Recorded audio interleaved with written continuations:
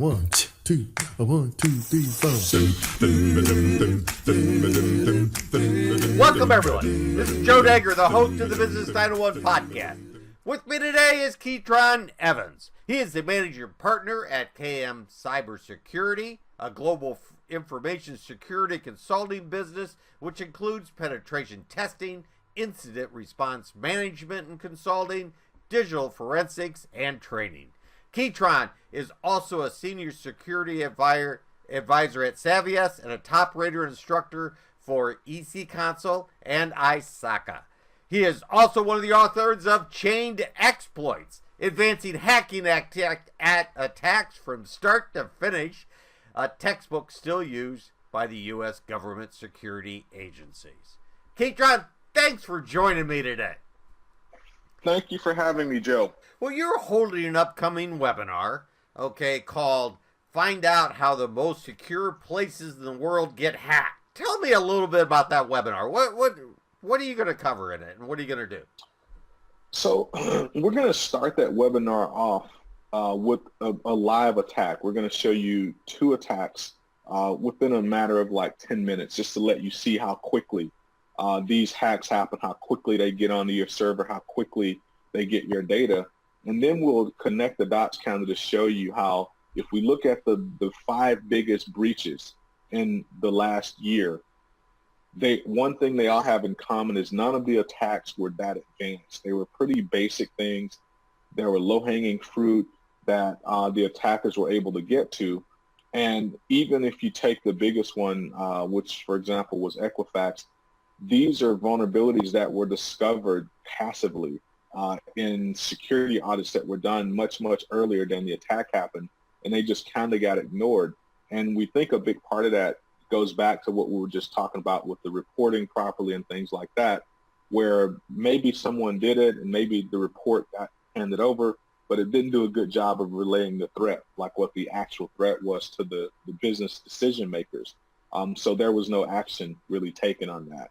So I'll go through and show the attacks and then show you when we generate, for example, a report, the key things that you should look for in the report. As a technical lead and as an executive that may not be technical, here's what you should be here's what your report should look like, number one, and here's what you should be getting out of that report, depending on what your job role is.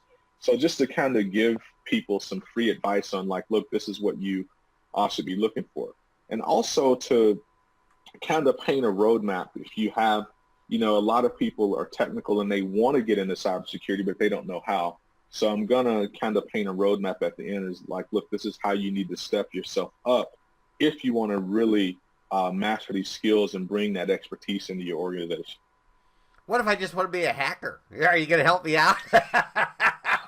Yeah, I can help you out with that too. We actually have classes to where we train, good guys up on that. Intelligence community, federal law enforcement, just the gatekeepers of Fortune 50 companies, for example. A lot of those security guys that are responsible for securing these organizations, they come to me once a year or so to sit in like a 5-day class to get the updates on, okay, what are the bad guys doing to us now? And I'll teach them those attacks, and then I'll teach them some defensive mechanisms to keep those things from happening to them. And then we just reset next year and start over again, because it's a rapidly changing threat landscape. You put the effort into showing a hack take place in a webinar.